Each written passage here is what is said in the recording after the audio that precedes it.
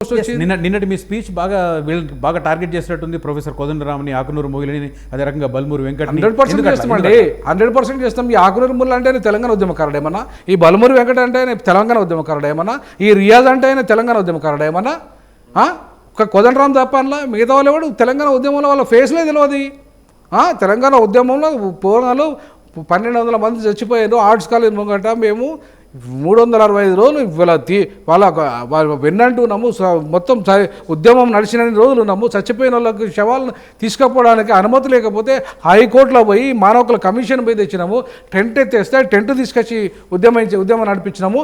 ఇవాళ విద్యార్థి ఉద్యమం చేయబట్టే తెలంగాణ వచ్చింది. కేసీఆర్ దొంగ దీక్షతో రాలేదు, ఆయనకు ఉద్యమంతో సంబంధం. వెంకట్ను వీళ్ళని తప్పడుతున్నారు అర్థం ఉంది, బట్ ప్రొఫెసర్ కోదండరామ్ కూడా తప్పడుతున్నారు. నేను కోదండరామ్ ఎందుకు తప్పడుతున్నా అంటే ఆయన టైం ఇవ్వద్దా వీళ్ళకి, పిల్లలకి తీసుకుపోద్దా ముఖ్యమంత్రి దగ్గరికి?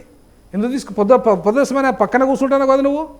పోరగాళ్ళని తీసుకుపోయి 10 నిమిషాలు మాట్లాడితే తప్పిందండి. నీ ఇంటి ముంగట ఆయన రేవంత్ రెడ్డి ఇంటి ముంగట ధర్నా చేయాలా? వాళ్ళంతా గంటలు ఉండాలి. రోజుల కొద్ది తిండి లేకుండా ఉన్నారా అండి వచ్చిన వాళ్ళు?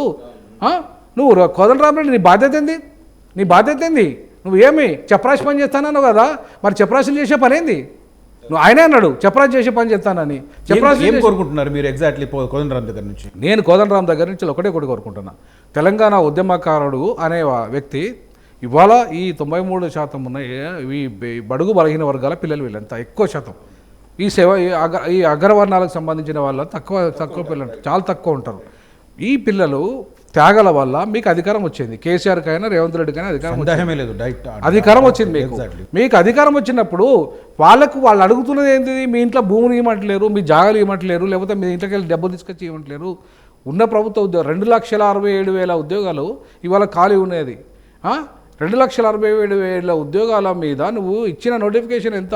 స్టేట్మెంట్ చూసి నేను కూడా సర్ప్రైజ్ అయినా. నిజానికి అన్ని ఉద్యోగాలు ఉన్నాయంటారు? 100% ఉన్నాయండి. ఏ ప్రాతిపదిక అంటే నేను SC ST బ్యాక్లాగ్ పోస్టులే అప్పుడు శ్రీకృష్ణ కమిటీ 2,50,000 ఉమ్మడి రాష్ట్రంలో అని చెప్పింది.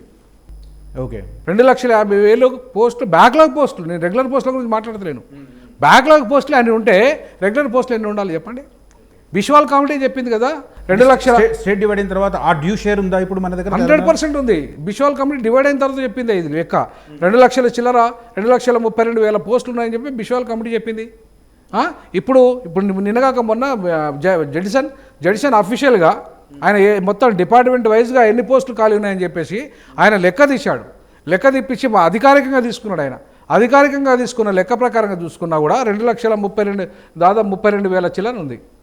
27,320 పోస్టులు ఉన్నాయి.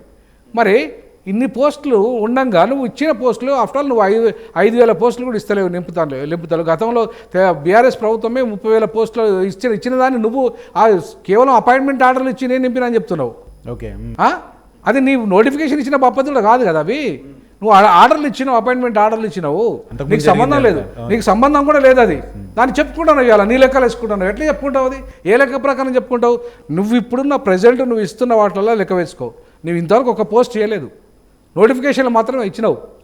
మరి ఆ నోటిఫికేషన్లో ఇచ్చిన 5,600 పోస్టులలో ఆ పోస్టులకు ప్రాపర్గా చేయండి, ఛానలైజ్ చేయండి, ప్రాపర్గా టైం ఇవ్వండి అని అడిగిన వీళ్ళు. 1:100 డిప్యూటీ సీఎం గారే చెప్పిండు కదా అసెంబ్లీలో. గతంలో ఆయన CLP లీడర్గా ఉన్నప్పుడే చెప్పిండు, మేము వస్తే అధికారులకు వస్తే 100. అసలైన తొలి వెలుగు. ఫాలో వాట్సాప్ @తొలి వెలుగు official.